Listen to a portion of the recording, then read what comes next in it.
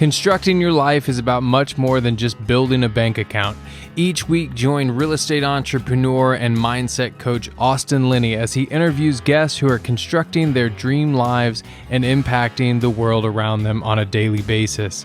If you're an entrepreneur or wanting to start a business, or you just want to hear motivating stories of how others have overcome the odds, you are in the right place. And now for your host, Austin Linney.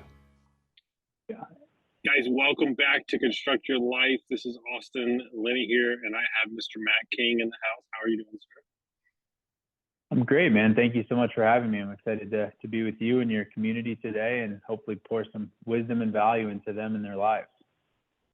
I appreciate that, man, and thank you for taking the time. I know your schedule's busy. You know, the tagline of the podcast is Construct Your Life, how to build a lifestyle, not a bank account, right? And even though, you know, you deal with high net worth individuals, it feels like to me when I hear you speak, you never, even though you might be dealing with big deals, you're never disconnecting from like the meaning of it, the servant leader stuff. And, you know, how do you really, stay humble when there is a lot of success that you get to be a part of as well, too? Yeah, at the end of the day, success is just a scoreboard. The main sort of makeup of humans or of individuals is all the same. You could argue that Elon Musk probably still is the world's wealthiest man, or maybe he fell off that label a little bit, but you would argue that guy's amassed a ton of success, right? He's wired differently, he's built differently, he's incredible, he's very successful. But at the end of the day, like, he doesn't have somebody putting on his underwear, I don't think. He doesn't have somebody putting on his socks, I don't think. He gets dressed the same way you or I get dressed. And he deals with the same things we deal with. He has to eat, he has to shower, he has to make sure he's fed. Now, he might have people that help prepare meals for him or help, take care of some of those things to make his life easier. But at the end of the day, he's still just a human being. He's got a heart. He's got two eyeballs, he's got two ears, like he's just a human. And so, I think sometimes in life, Austin, we look at people and we idolize them. And one of the lessons I learned really early on in my life was it's great to have idols or heroes or mentors, but make sure you're looking to the right people for the right thing. Elon Musk might not be the right guy to look for from a family perspective. I don't know what he's like as a family man, so I'm just giving you a perspective, right? Tiger Woods, an incredible golfer, look up to him for the way he competed, but maybe not the way he was with his wife. Again, not sure what really happened there, but the stories don't seem good. So you want to find people in life that you can look up to, that you can aspire to, but you want to do so in each of the different gardens of life. And so what you might look to Elon Musk for from a business perspective, you might not look to him for a husband. And so you go find a mentor or a friend who's really good at being a husband and you look up to them for that. And so the way that I think I've stayed grounded or continue to try to stay grounded is like I put myself in other people's shoes constantly. At the end of the day, we all have issues, we all have opportunities, we're all dealing with stuff regardless of how successful we are. And at the end of the day, the human being has sort of three core needs. We all want to be seen, we all want to be loved, and we all want to be heard. And so I just try to see people, I try to hear them, I try to love them, and then in exchange, I hope for the same in return. And at the end of the day, sometimes you get it, sometimes you don't. But you just have to continue to try to be the best version of yourself that you can be, because that's all you have control over. As terrible as the war is in Israel right now, like I don't have control over what the Hamas are going to do or not do. I have control over how I'm going to contribute to the aid, or I'm going to help, or how I'm going to show up, but I can't stop it. So I just try to focus on what I can control, try to be the best version of myself, surround myself with great people, and then just trust that everything else will fall into place the way it was meant to. I love that. And what I should have started with is kind of what you do, kind of at this moment, but most of the time we just jump in. So just quick little overview of what you handle. Yeah, look, like who I am, I think is far cooler than what I do. I'm a husband, I'm a father, very lucky to have two incredible children, great parents, great in-laws, an awesome sister who went to West Point. I've just been surrounded by incredible people my entire life, which I'm very fortunate to have, because I believe that you are the sum of the 5 people you spend the most time with. So when you look at the people you're hanging out with, you've got to say, like, are these the right people that are going to help hold me accountable to getting to where I want to go and help fuel me to getting to where I want to go? Now, what I get to do on a daily basis, I get to run a family office out of Austin, Texas. Has been very fortunate to work for David for the last 9.5 years. Look at this guy like a mentor, a hero, etc. Would take a bullet for the man. He married my wife and I. Was the first person to meet our children because our parents lived out of town, and just really have a cool relationship and mutual respect for one another as we navigate the business world together. As a byproduct of doing that, I've been around a group called GoBundance for about the last 10 years, even prior to joining David. Started in the back of the room as a volunteer, as a college dropout who was just serving and making sure the guys had water and the activity went as scheduled. And fast forward to today, I have the privilege and honor of being the CEO of GoBundance, and now standing in the front of the room on stages leading 930 members across the nation through different ideas, different concepts, and different conversations, all around being the best version of themselves that they can be in all aspects of life, not just wealth, but health and relationships and contribution, etc. So really just kind of pinching myself every day and trying to remain humble and trying to learn as much as I possibly can and be a steward of whatever knowledge and information and connections I have, and trying to make the world a better place one day at a time. And one of the things that struck me, and I've seen it personally in other people, is they'll work for somebody like David, or they'll be in a group, or they'll be in a business relationship. And 5 years ago passed, 6 years ago passed, and then for whatever reason, their ego, when I was, back in the hospitality business, I'm like, my manager sucks. They're like, I could do these deals, right? You've been in part of these deals, you do. How does that not come over you? I'm sure you've seen it in other people that are like, I'm just going to do this on my own. Like, are you just so blessed to be where you are, or does it ever never comes across your mind? At the end of the day, I've always had this mindset of, if we win the Super Bowl, regardless if I'm Tom Brady or the water boy, I still get a ring. And for me, it's not about ego. I read at a young age, Ego is the Enemy by Ryan Holiday. And look, we all have it, myself included. Like, it shows up, it rears its head, it happens from time to time. But at the end of the day, I have a crystal clear vision for my life. And as long as I see a path to achieving my goals and vision inside of David's world, inside of GoBundance's world, this is the right place for me. I don't need to be greedy. The grass isn't going to be greener on the other side. I know the opportunity I have. I know the opportunity I've been given. I know the opportunity I fight to continue to have. And it all fits in alignment with the vision I have for my life, for my family's life, from a contribution perspective, to an economic perspective, to a lifestyle perspective. And so I just really focus on what my vision is, what my goals are. And then I ask myself, is this the right opportunity to help me get there? And if the answer is no, then I have to have a hard conversation. But so far the answer is not just a yes, but a heck yes. And it continues to be that each and every day. And do you think that because you're so focused on the heck yes, I think a lot of people drift. I think the biggest thing for me right now is that, there's just empty distractions. I just feel like a lot of people are distracted, and they let the noise of, this new thing and the crypto and all that stuff is tangible, but I feel like we're just so distracted these days. Do you see that as well too? Yeah. And I mean, look, society has been created to distract us even more, right? There's a reason the iPhone vibrates when you get a text. There's a reason the Facebook Messenger has a different notification sound than the text message, right? Everybody is fighting for your attention every single day. And at the end of the day, you have to understand Ben Hardy's book that says willpower doesn't work. At the end of the day, you have to look at it and say willpower is like a gas tank. And so I have to first put my oxygen mask on, like they tell you in the airplane, before I put the oxygen mask on of the others. And so, there's distractions constantly. There's shiny objects constantly. There's this thing called FOMO, or fear of missing out. All of those things are popping up all the time. But at the end of the day, what are your core values? What's the vision you have for your life? And don't waste time leading someone else's vision for yours. Do you, just do you. And you've got to really be grounded. You've got to really be focused. You've got to really be sort of like that Clydesdale walking in a parade with the blinders on. You've got to be just not looking around. and you're going to stray. You're going to randomly chase something or get lost in the news or get lost in Facebook.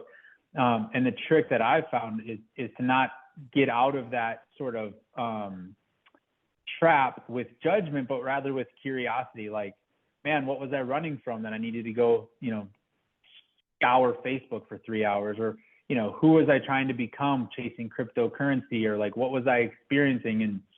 And then just ask questions and get back rooted into yourself and lead with a curiosity perspective. And at the end of the day, like with some grace and some vulnerability, like, I'm probably the toughest on myself, just like each and every one of the listeners is, right? And I was asked a question at a young age, like, okay, you're not a dad yet, but when you have children, if your daughter talked to herself the way you talk to yourself, what would you do? I was like, man, I'd be really sad. And he goes, well, what if her first boyfriend talked to her the way you're talking to yourself? I'm like, the kid would probably be dead, right? And so it's like, well, then why are you talking to yourself that way? Why is that okay? Now I'm not perfect. There's days where I'm critical. There's days where I'm judgmental. There's days when I'm harsh on myself. But look, I heard this quote one time that the only difference between a rut and a grave is how long you choose to lay there. So I just pick myself up, move on down the road, acknowledge where I could have improved, acknowledge where I did great, and just try to do a little bit better each and every time. So that's a good quote. I'm going to remember that one for a long time. I've interviewed pro athletes, billionaires, people like yourself, and the number one skill that I've taken from that, Ben Newman, you name it, I've interviewed them, curiosity. But I think that we've forgotten what the word means. I think that, when I was a kid growing up, be like, oh, that kid's curious. Like he's, like I was ADHD and I dropped out of college 3 times myself and I was a drug addict. They're like, oh, but now they praise me because I'm, all those things. I think that we've forgotten as people what curiosity is. What is your definition of curiosity? Because it's the number one thing. People like you, they have a notepad out. They're always writing down notes. They're always asking questions. What do you think curiosity is when you see it in business, your definition?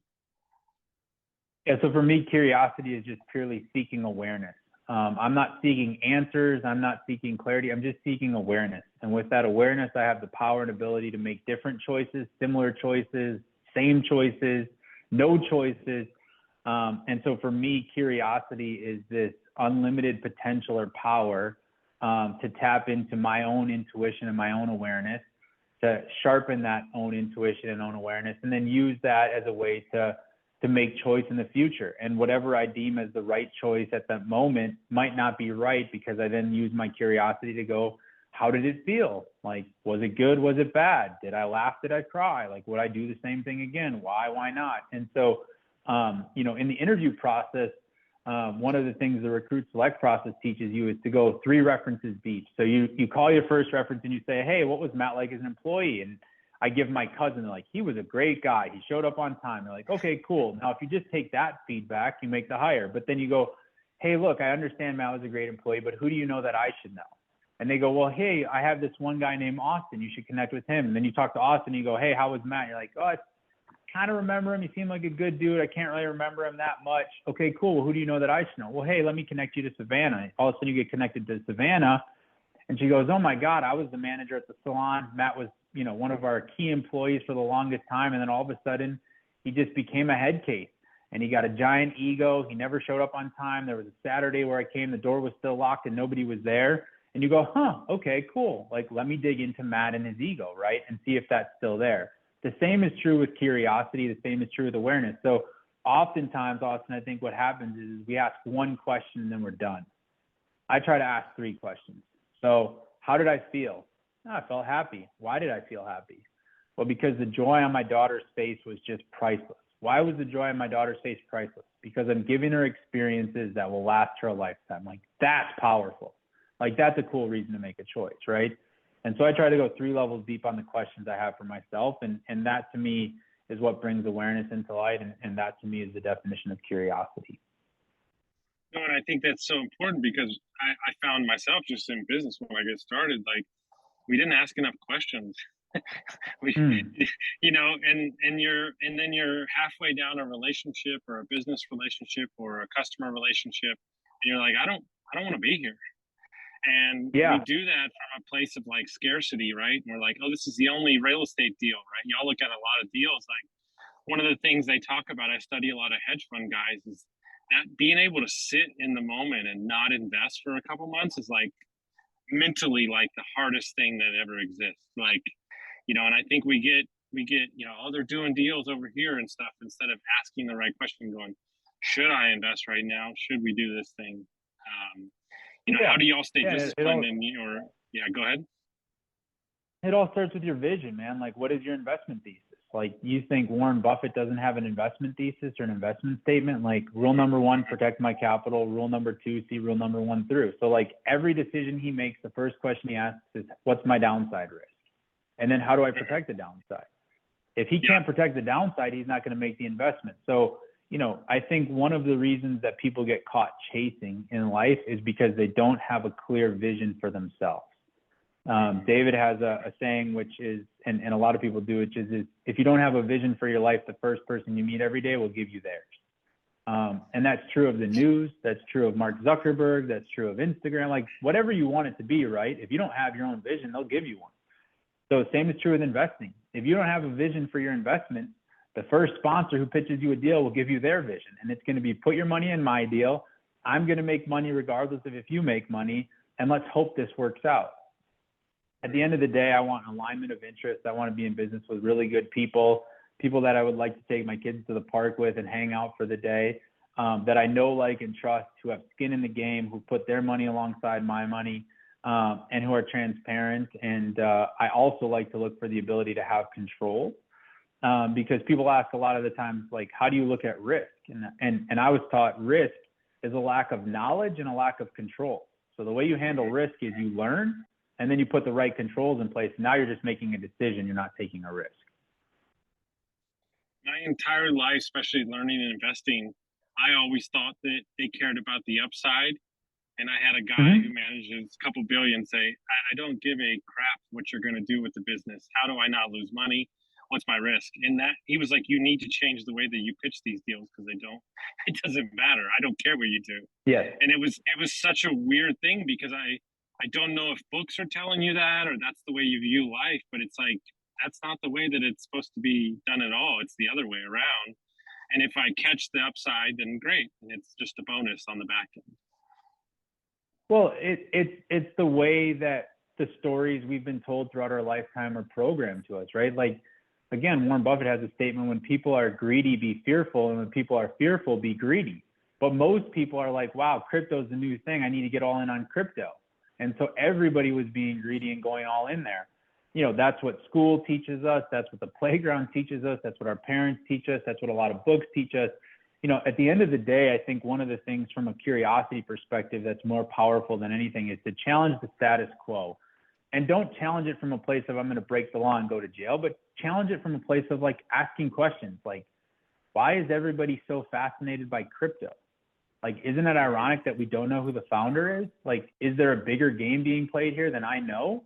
If I can't understand how a computer in a oil-based liquid can mine this thing that doesn't really exist but is here that I can trade, and I don't understand it, like, should I really be doing it? And lead with those questions and see what shows up, rather than going like, well, oh my gosh, my barber just made $3,000 buying one Bitcoin. I'm going to buy a Bitcoin. Like, what the heck's a Bitcoin, right? So, I think at the end of the day, you just have to pay attention to the narratives that have been programmed into you, not with bad intent, just because of the status quo in life.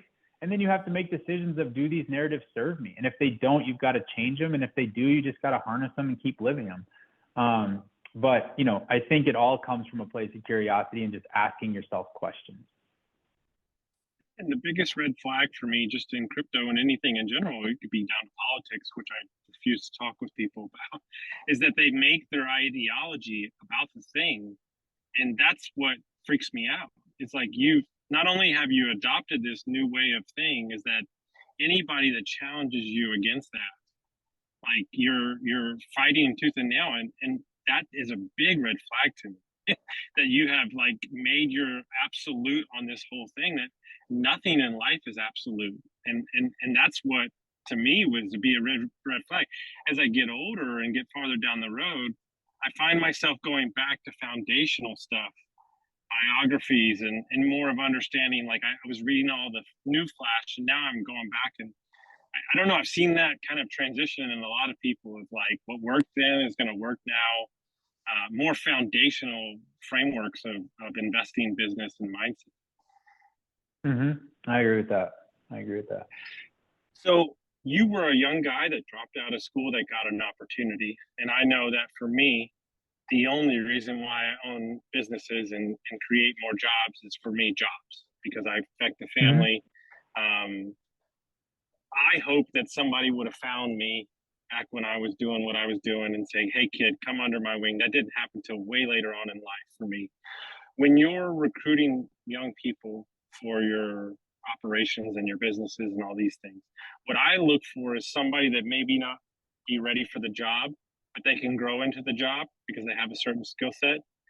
How do you go about recruiting young people like you were recruited to do that? And do you find a joy in that as well? Because that's how you got your start. Yeah, I mean, it's a great question. If you watch the show Hard Knocks, there's a statement that Coach Robert Saleh makes, and he says, you know, eagles fly with eagles, and there's only one bird that will attack an eagle, and that's a crow. And the way that the crow will attack the eagle is it will latch onto its back. And the way that the eagle will defend itself, it will fly to an altitude where the crow can no longer breathe, and it will fall off. And so what I look for when I'm recruiting talent is I look for lineages of success in their life.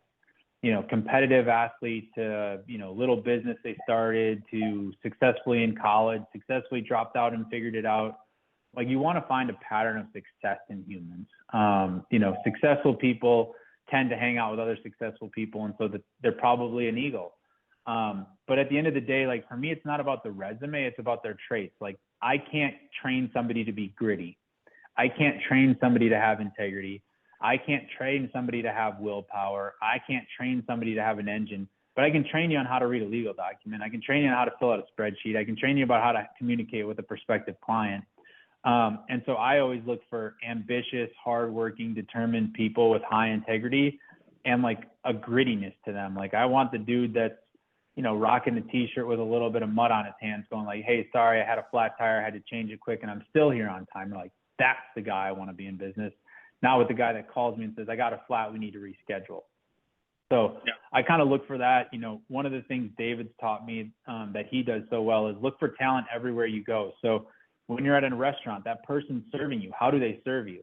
Are they great? Are they bad? Are they fast? Are they slow? How do they show up? And then all of a sudden be like, hey, what are your goals for your life? And maybe they're a 10 out of 10 as a server, and you go, what do you want to do? Like, oh, I'd love to be an administrative assistant. I've always been interested in that. Like, oh, cool. Well, you know, ironically, I have an opportunity. I'd love to sit down and talk to you and learn more about what you're looking for in your next opportunity. And you've already seen that person in the arena. You've already seen them in the game because they've been your server. So you've got like a little bit of a head start, whereas if you just post a job and you get an application, then all of a sudden you're like, oh, cool, let's talk to this person and see if they're good. So you always try to see people in opportunities. And then, you know, I tell people all the time, talent's not looking for a job, it's looking for an opportunity. So find somebody that's employed, go hire them away and give them an opportunity better than what they had at that last place. Dude, when I came on in January, we had 19 employees. We grew to 48 in 5 months. For me, no job postings. Two of the guys, one guy sold me iPads for the company, and he wouldn't leave me alone. And I said, if I respond to you, will you just leave me alone? He goes, what credit card do you want to use? And I was like, dude, this guy's a killer. So Verizon store guy, now he's selling HVAC and plumbing. He went from selling $1,000 phones, now he's selling $60,000 systems. And he's like, dude, my whole life changed. And I was like, yeah, because you didn't give up on me and you made it the sale no matter what you were doing. And it's been such a great, you know, to see him grow and what it's done for his family. Like, there's no better joy than that. And I agree with you. Like, talent is all over the place and they're just itching for a job. They're not going to be looking. It's just simple as that. They're not. Yeah. And then the next level sort of mastery is, now that you have the talent, how do you retain the talent? And the way you retain talent is you pour into them and you show them that it's more than just about the sale. What are your goals? What's your vision? What are you going to do for yourself? What are you going to do to make your life better? Hey, your health's falling out of check. How can I help you? And when you start to show people that you care about them as a human and them in the role, they'll run through a brick wall for you. People, again, just want to be seen, loved, and heard. So when you see him, when you hear him, when you love on him, like, he's going to fight tooth and nail to continue to provide for you and your company, which ultimately will serve his vision and his goals. And that's why he was up there Sunday rewiring the internet, because that's what he does, you know? Like, I didn't even ask him, you know? So one of the things I find interesting about you that I kind of see in myself is I've seen like 6 interviews you've been on.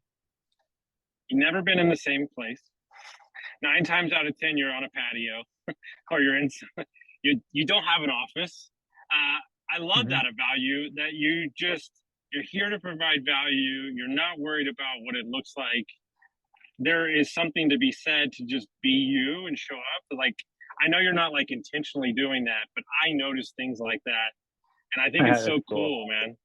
It is, right? Yeah, like, it's really cool. Because you're allowing yourself, meaning you, to be you, and that's it. There's not some predetermined box you're trying to put yourself in. It's so awesome. And that one thing right there tells me more about you than any of your accolades. Yeah, thank you, man. That means a lot. My wife harps on me all the time, and she's an amazing, incredible human. I'm so lucky to be married to her, but she harps on me all the time. Like, are you going to wear those same black jeans and that same black t-shirt and that same hat backwards? And I'm like, this is who I am. Like, take me or leave me. I don't care, but I'm not going to sacrifice myself for anyone or anything, right? Like, I'm going to be the best version of myself that I can be. And I'm going to show up, you know, with that sort of intention every single day. And, you know, I don't need the fancy desk, or, you know, David was giving me shit for about a year because the old office chair I used at his house was like peeling and falling apart. He's like, dude, get a new chair. I'm like, the chair works fine. Like, I don't need a new chair. Like, I'm sick of seeing the peeling all over the ground. I'm like, I'll vacuum it up. Like, we don't need to spend $150 on a new chair. Like, this chair works great. And finally, he got someone else to order the new chair because he knew I wouldn't do it. But at the end of the day, you know, I don't need a bunch of fancy stuff to be the best version of myself. I just need the opportunity to be myself, and a nice, comfortable sweatshirt, some black jeans, and a hat, and I'll be good. Let me make the leap, right? Let me look into my crystal ball. That what you just said, I don't even need to go look at the P&Ls of your company to know that they're ran the right way. And it has nothing to do with the $150 chair. It has to do with the mindset. It has to do with the mindset saying, no, let's go run a profitable, lean business. Let's make sure that we're structured properly. We don't need the trappings of success. We don't need the fancy BS and all this stuff. We're just going to go out and do what we do best. And that correlates into your statement about grit. You need somebody that's willing to go get it done. One of the first things I did when I took over this company that we bought is, it was 20 degrees outside. My oldest tech, who's 70 years old, who's forgotten about more than anything, he had to wire the house with a bunch of other guys, and I was like, I'll do it. And he's like, what do you mean? He's like, you're the owner. And I go, okay, I'll be back. I put on a jumpsuit. I went out. He goes, you're not really going to get under there, are you? I'm like, yeah, I told you I would. And so I did it. And he was like, not going to lie to you, I don't think I've ever seen that in my career. He's like, but I got mad respect for you. And it was like, that was it right there. Like that, doing that. And they were like, would you want to go on a plumbing call? I'm like, yeah, give me the sewer. I want the shit backing up. And they're like, why? And I'm like, no, I don't. This isn't like, I'm trying to show you that I'm not above you. And what I always do, this is a little trick. I don't want to give away my secrets. I can't stand the office being dirty, like with dirt when we live in Pennsylvania. I'll wait to sweep until they show up to work so they see me sweeping. And I'll always grab trash. I'll always grab trash and walk by them because I want them to see that I'm picking up the trash. Like, it's nothing. And I know this is like little things I'm giving y'all, but this is like everything. This is the game behind the game. Yeah. I mean, it's so powerful, man. And the next level of that is doing it without them there, because you don't need them to see it, but you just need to do it for you. Yes. And when you know, 100%. you're gonna get there because you're earning their respect and their trust. And at the end of the day, you're gonna go, this is just for me. And the sooner we can recognize those traits and those things, like the other day I was flying to Cincinnati, and it was just a quick day trip. Like I landed at like 11 p.m., had a meeting in the morning, and then came back at like 2 p.m. the next day. So I'm walking through the Cincinnati airport at 11 p.m., like me and the 14 other people who landed on the plane. And there's this gentleman, he was probably 60, 70 years old, and he was sweeping the floor, and he's listening to music. He looked happy as can be, sweeping the floor. And I just, stopped him and said, like, hey man, I just want to let you know, like, I'm really appreciative that you're here doing this. Like, someone's got to do the job. You're doing a great job. And I just hope you have a good rest of your day. And that's like a little pattern I picked up from my father-in-law. Like, he goes all the time to people, and he goes like to the server, to the whoever, he goes, did anybody tell you you're doing a wonderful job today? And it literally cost me nothing. The guy lit up like a Christmas tree. It was free. And so I think we need to pause and that's my dad through and through. Yeah, that's my dad through and through. Like, there's a meme, because you're not on social media, but there's a meme where Rock is in a golf cart, and then at the top it says, me here riving and being an introvert, and then Rock singing on a cart, meeting our cab driver, and I'm like, oh my god, like that's the valet. The guy cleaning the bathrooms, like the server, the busboy, the bread, like that's where I learned it from. Was like everybody, no matter who the person, and that guy is probably going to think about you saying to him for the next couple months. It's a big deal. Well, and my hope and dream is that he takes that positive energy and gives it to someone else, and then they, it's a Starbucks in line game where you buy the coffee for the person behind you and see how many lines it can go. And it's not about necessarily how I can impact that one human, but how that impact on that human can impact the lives of so many others. That excites me. So I have one last question. When you're in a group like you are, GoBundance, and then you work where you work, I would say the biggest thing that people have a problem with is I tell them that the oxygen is different where we are, the accountability is different. How do you describe, because speed, right? You're moving fast. There's a high level of standards and accountability. How does somebody that's leveling up, maybe they haven't been in an organization like that, how does one get up to that level? Because they have so much anxiety. Like I tell them all the time, like, you're not me. Don't try to be us. But like they want to be up there. Like, do you understand what I'm saying? Like the standards are so high. They've never been around and a lot of people get offended. Like, wow, that's a lot you're asking of me, but it's like this is the ticket on the ship. Yeah, so for me, the ticket on the ship, for lack of better terms, is you can't be interested in living a big life. You can't be interested in being a great husband. You can't be interested in being a good dad. You have to be obsessed with it. And when you become obsessed with it, you then become very intentional with the time and with your activities. And so, to your point, like the oxygen in the air is different. Like it is, because it's an intensity to it, because there's an obsession around it. And when there's an obsession, there's a focus on the intentionality behind every single thing I do and around the efficiencies around every single thing I do. So a great example would be Kobe Bryant. The reason Kobe Bryant flew in helicopters was because he wanted to fit as much as possible into his days. And he knew that sitting in traffic for an hour wasn't going to allow him to do that. So he's like, can I get in a helicopter and take my commute from an hour to 15 minutes so that I can be more intentional with my kids for breakfast, or get to the gym 2 hours before practice and still get home for dinner? Like, he was super, super intentional because he was obsessed with leaving an impact. He was obsessed with impacting lives. He was obsessed with being a good father. And so I think the difference is an obsession, not an interest. I love that. One of the greatest things my mentor taught me, it sounds trite, but he said, dude, if you got a meeting, he's like, fly in the morning and fly out in the afternoon. And I was like, what? And he's like, dude, I do it all the time. And so I did it a couple times, and I'm like, oh, this is amazing. And I was like, you get to knock out what you need to, but still not take a day away from your family. Like it's those little things, those little levels of efficiency that create it. So if people want to follow you around, they want to hear about GoBundance, how would they do that? Yeah, I mean, GoBundance is just GoBundance.com. It's an incredible organization. I actually just provided a state of the tribe to the members yesterday. The cumulative net worth of our group is just over $4.3 billion, which is, you know, a cool little scoreboard, if you will, but it just shows you the level of people inside of the organization. I am on social media. I don't personally check it or pay attention to it. I have an incredible team that helps me navigate it all, but I am on social media and can get you those links so you can share them. And at the end of the day, like, I just give out my email. It's just matt@gobundance.com. If you need anything, you want anything, just email me. The cool thing is, and this will be the time where it backfires on me, but I've probably spoken on 10, 15 different stages, probably 10 different podcasts. Every time I give out my email and I get one email. Like, most people don't take the risk. I got to tell you a story. So Here's a perfect story. I've been on 750 podcasts. I've done the exact same thing. I've got 3 messages total. Guess what one of those messages were?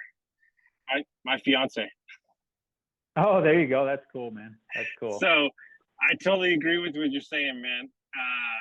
You know, all you have to do is ask. You don't know if you're not going to send the email. If you're thinking about it, do it. I can't thank you enough, man. I would tell you this, and I know you're a humble guy, but Tim Rode and who's taught me more about life than anybody's ever taught me, and Jamie and everybody, they talk about your character. I've heard nothing about how great you are at business. And that tells me all I need to know about what you stand for, who you are. So thank you for being you, man. Thanks. And I appreciate your time, man. Thanks. That means a lot. I appreciate it. And thanks for having me. You got it. Guys, if you got some value, send it to your friend, and we'll see you next.